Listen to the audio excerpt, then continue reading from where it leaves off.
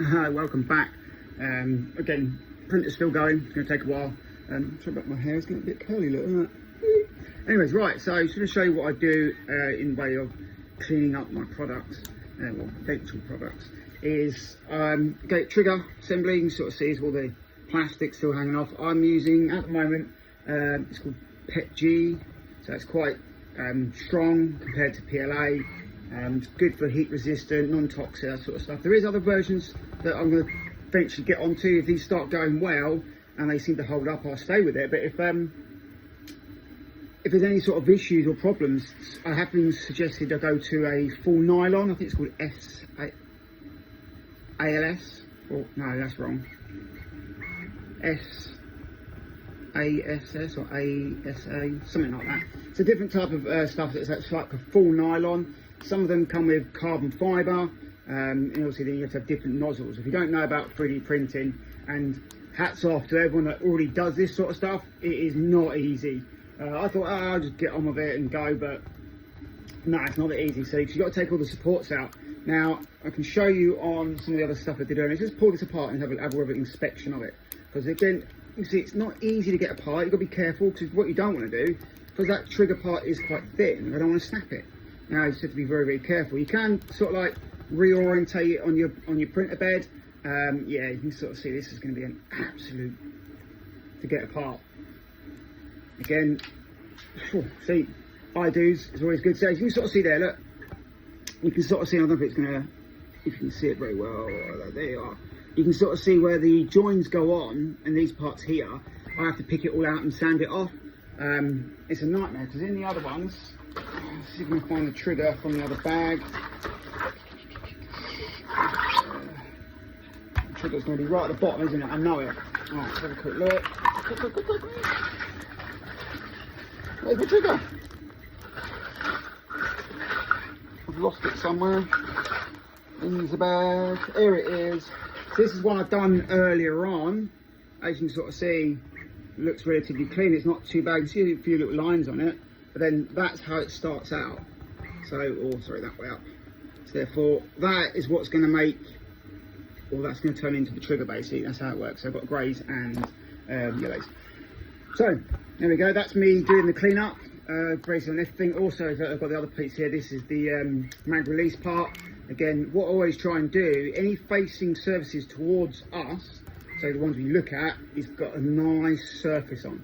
Doesn't mean though that the rest of the surface is completely ruined. It doesn't. It's going to be, again, pull it all off, sanded, and then done. Now a lot of this I'm looking at doing, yes, it might be in grey, this might be in yellow. Some of these internal parts, they're going to stay that colour. They're going to go inside the actual mechanism. It's going to work. It's be fine. Stuff that goes on the outside, I'm probably looking at doing some sort of painting or colouring of sorts. You don't have to. But to be fair, again, like the persons that have done this before, you can get some issues. Especially like here's one of the bodies, and you can sort of see the AR915 body that I'm using. That's the AR9 body. On the back here, when it first comes out, this part is slightly bigger than this part. Now I did actually have a big issue with this one. You can't really see it there. If you look on the end just slightly, you can sort of see a slight, like little indentation there. It's nice and round, but again, what happened there is the print didn't quite go well. Because that's what I do now is sand the both pieces. It's now nice and sanded, flat. So what we're doing now is I'll be using a nice bit of filler, and then repaint this whole body. Now again, when it comes to painting, it's going to be filler primer, a plastic adhesive promoter, and then primer, sanded, prime sand, and get it a nice flat finish. Because you can see if you're one of the prints, before you see it go through in the light, there we go, look, you can see the print lines. See those print lines? You can see me. There you go, that's better, print lines. So, can't really feel any, but you can a little bit that way. So the idea is sand that down, get it nice and smooth, and then that's going to work. Same as the buffer tubes. Really hard, I don't know what I'm doing wrong. If you know what I'm doing wrong, and guarantee you do, please let me know. Give me a couple of tips, that'd be handy. Just for the fact that, especially the buffer tube, gnarly and horrible. I will sand obviously that out and then redo it like I did in my previous one at the top there. I did do the extension on it, I think I might be using the wrong type of pin or bolt for that. It just doesn't quite get it. There's a little bit of movement in there. Sort of, for the time it takes to print those off, 14 hours or stupidly stuff, it might be easier to go to a shop and buy one from the airgun shop or something. But then saying that, I don't know how much these would be from an airgun shop. These could be like 50 quid or something, I don't know. And it wouldn't be worth the money. Mentioned in the last couple of videos that they are for sale, or all this is going to be for sale regardless. And I say it's going to be cost effective. I don't want it to be expensive. I know it takes me a long time to get it all done. Don't care about that, not interested. I want more people to enjoy what we're doing. You know, especially with the ace stuff, doing the ace shooting. Why not make it more affordable? You're still going to have to buy your own FCU from Ace. So the FCU, haven't taken it out my weapon system, but it's still inside. So my FCU from Ace. So you probably buy any pistol you want. Remember, there's plenty of pistols out there, and don't forget the discount codes are on at the moment, especially for Christmas. Obviously the FCU, as you can sort of see there, goes in that part there. You can sort of see there, look, that's where it's going to go, inside that. Okay, purchase that. So you're looking at, unfortunately, it's relatively expensive if you think that, but then once you've got it, it's going to become a little bit more cheaper. What we mean by that, so let's put this away. What I mean by that is that I think UK and possibly European sales for me is £150. If it's going international, I like into Europe. I know it sounds a bit, I call it international because we still have to pay extra prices. There may be a small charge for postage and packaging. As far as I can, I will always try and get it to be free postage and packaging. It all depends on how much weight this is going to be at the very end. So I'm looking around about 150, max 175. Okay, I don't want it to be expensive. If you've just spent out for the FCU and you've had it shipped to England, you've already spent 300 odd quid easily. So another 175, I know that's another lot of money. So you're looking in around about ballpark figure of £500 in total. Not quite, but yeah, you're looking at 500 quid. So a lot of money to do an online gaming, but it's not really a game. Remember, it is a tactical simulation shooter, okay, to help you better your skills. Okay, I've been doing it and I've really enjoyed it. If you can see from my earliest videos, I was dog. I was not very good at it at all.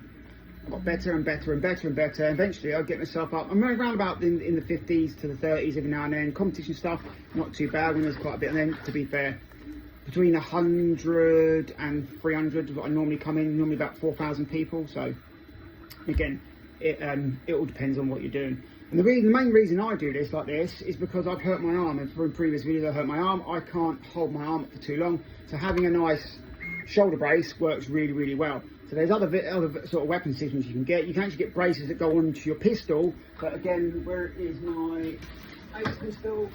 Oh no, that's not it. Move that out of the way. Where's it gone? I've lost it. I've lost my pistol. Oops. Anyway, so I've lost my pistol. I don't know what I've done with it. It's probably next door where my Oculus is. But anyways, there we are. There's a few bits. I'll get these out of the way. Get back onto it. Again, the printer's still going. 2 hours and 27 minutes left. Again, as I said before, there it is printing out. You can sort of see it's getting a little bit better. Let me try and find the light on it. Ooh, hang on. There you go. You can sort of see the bits coming out. There we go. That's what kind of thing. There we are. Look, hand grips and stuff coming out. So again, a few more videos to come. Obviously, showing that done, and I'm just going to keep going, keep putting these videos out and show you how I build it all together, what I need to do, and how it all comes. It is not an easy task. Again, hats off to everyone that already does this. So I've seen the guy in America. Sorry, I can't remember your name. I would have said there's a guy in America that's got plenty of pistols, AR-9 platforms. Really, really cool.